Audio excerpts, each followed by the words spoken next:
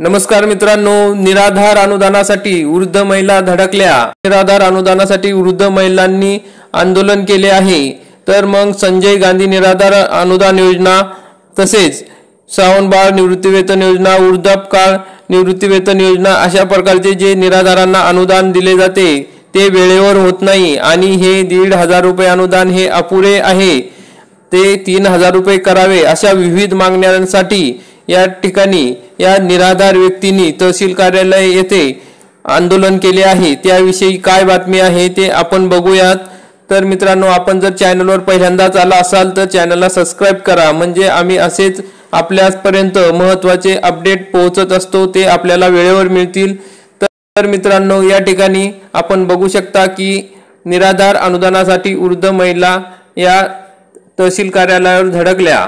आदिवासी बहुल तालुका झरी जामणीमध्ये निराधार योजनेचे वृद्ध लाभार्थ्यांची संख्या मोठ्या प्रमाणात आहे। तालुक्यात प्रवासी वाहने कमी असून वृद्धांना खासगी वाहनांनी तालुक्यात बँकेमध्ये अनुदान जमा झाले की नाही हे पाहण्यासाठी जावे लागते, पण बँकेत अनुदान जमा झालेले नसल्याचे कळल्यावर आल्यापावली परत जावे लागते। अशा हेलपट्यांनी वैतागलेल्या वृद्ध नागरिकांना त्यांच्या गावात व दारात अनुदान पोहोचवण्याची व्यवस्था शासनाने करावी अशी मागणी करत तालुक्यातील सामाजिक कार्यकर्ते, उपसरपंच गोपाळ मडावी, पांडुरंग पोयाम, अभिमन्यू बेलखडे यांच्या नेतृत्वात शेकडो निराधार महिला पुरुष तहसील कार्यालयात धडकले।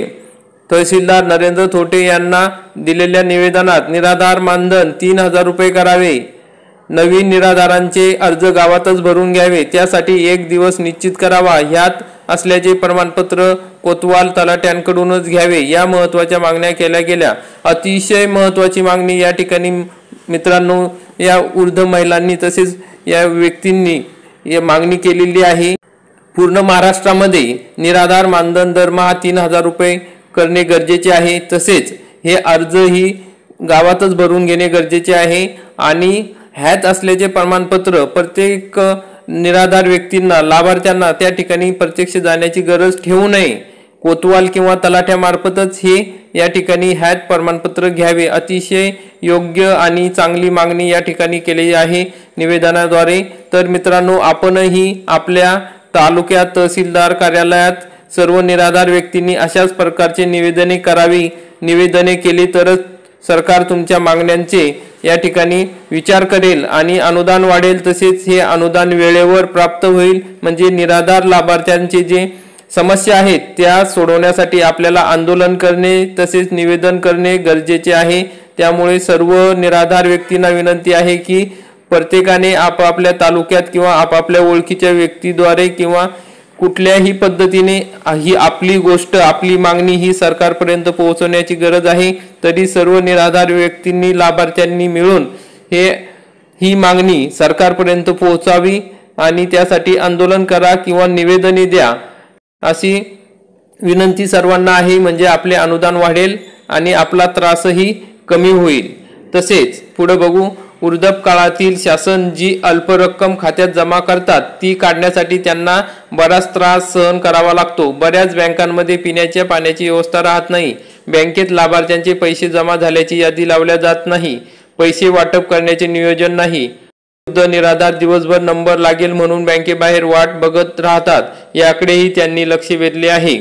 झरी तालुका ग्रामीण दुर्गम भाग असल्याने येण्या जाण्यासाठी वेळेवर वाहन मिळत नाही। अनेक वृद्ध निराधार लाभार्थी आजाराने ग्रासले असतात, करून घरी गेल्यावर ते आजारी पडल्याच्या अनेक घटना आहेत। त्यातून मिळालेले अनुदान दवाखान्यात उपचारासाठी द्यावे लागते, त्यातच हे निराधार मानसिक व शारीरिक खचून जातात। निराधार वृद्धांना त्यांचे अनुदान शासन आपल्या दारीनुसार थेट घरी पोहोचवण्याच्या दिशेने शासनाने विचार करावा असे या निवेदनात म्हटले आहे। यावेळी झरी तालुक्यातील अनेक वृद्ध निराधार उपस्थित होते। तर मित्रांनो, अतिशय योग्य अशा मागण्या या निराधार वृद्ध व्यक्तींनी, लाभार्थ्यांनी या ठिकाणी शासनाकडे केल्या आहे। आपणही अशा मागण्या ठिकठिकाणी शासनाकडे कराव्या, म्हणजे आपल्या मागण्या या ठिकाणी शासनापर्यंत पोहोचतील आणि आपले अनुदान वाढेल, पगारही वेळेवर होईल, तसेच बँकेतील समस्याही या ठिकाणी सुटेल। तर मित्रांनो, अशा प्रकारचे निवेदने देऊन आपल्या मागण्या आपण पोहोचवा।